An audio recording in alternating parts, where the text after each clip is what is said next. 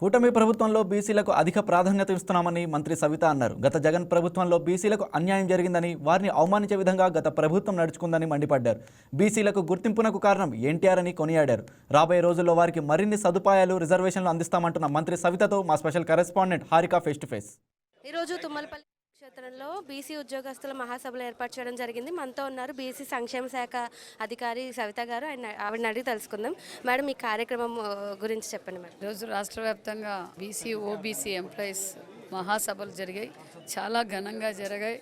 అసలు కనీ విని విధంగా, ఎందుకంటే అన్ని జిల్లాల్లోనూ కమిటీలు పూర్తి చేసుకొని ఈరోజు ఈ మహాసభలు జరపడం నిజంగా చాలా గర్వంగా ఉంది. ఎందుకంటే ఒక బీసీ బిడ్డగా, ఒక బీసీ మంత్రిగా మరి ఇంతమంది బీసీ అసోసియేషన్ అంతా కలిసి ఈరోజు ఈ కార్యక్రమం విజయవంతం చేయడం, మరి అదేవిధంగా క్యాలెండరు, డైరీ ఆవిష్కరణ కూడా ఈరోజు జరగడం చాలా ఆనందంగా ఉంది. వారి బీసీలు మరి ఇప్పుడే కాదు, అన్న నందమూరి తారక రామారావు గారు పార్టీ పెట్టినప్పటి నుంచి కూడా బీసీలకు అన్ని రంగాల్లోనూ ఈరోజు సెటిల్ అయ్యాం. అన్ని రంగాల్లో ఇంకా అభివృద్ధి కావాలి. బీసీలకు గుర్తించింది అన్న నందమూరి తారక రామారావు గారు.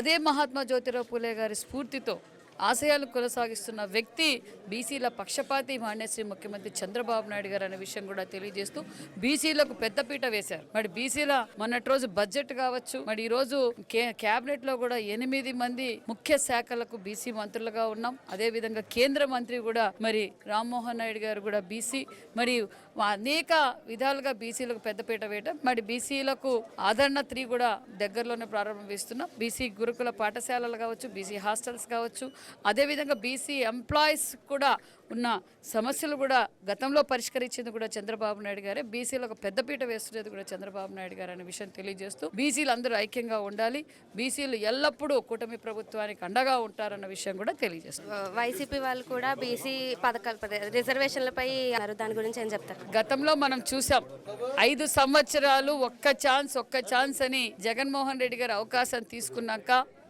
బీసీ ఎంప్లాయీస్ని ఏ విధంగా బెదిరించారో, ఎన్ని మంది బీసీ ఎంప్లాయీస్ మీద కేసులు పెట్టారో, గొంతు పైన కత్తి పెట్టి కూడా బెదిరించి కూడా పనులు చేశారు. మరి బీసీ ఎంప్లాయీస్ హక్కుల కోసం పోరాటం చేస్తే మరి ఎక్కడక్కడ వాళ్ళని అరెస్టులు చేయటం, వైన్ షాపుల కాడ బీసీ ఎంప్లాయీస్ని మరి వాచ్మ్యాన్ డ్యూటీలా పెట్టడం, ఏ విధంగా బీసీలు అవమానపరిచారో, బీసీ నాయకుల పైన ఎంతమంది పైన కేసులు పెట్టారు. మరి రవీంద్ర గారు కావచ్చు, అచ్చెన్నాయుడు గారు కావచ్చు, నేను కావచ్చు, మరి ఎన్ని అక్రమ కేసులు పెట్టి బీసీల పైన ఏ విధంగా అక్రమ కేసులు పెట్టారు, ఏ విధంగా బీసీల పైన దాడులు చేశారు, బీసీలు ఏ విధంగా అయితే అమర్నాథ్ గౌడ్ బీసీ బిడ్డను మరి చంద్రయ్య ఏ విధంగా దారుణంగా చంపారో మనం అందరం చూసాం.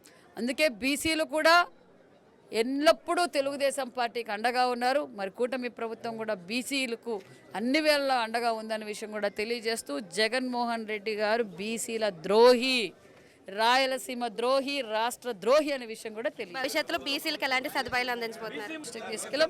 బీసీ భవన్లు కూడా రాష్ట్ర వ్యాప్తంగా గతంలో 14-19లో మేము 13 జిల్లాల్లోనూ బీసీ భవన్లకు అడ్మినిస్ట్రేషన్ శాంక్షన్ కూడా చేశాం.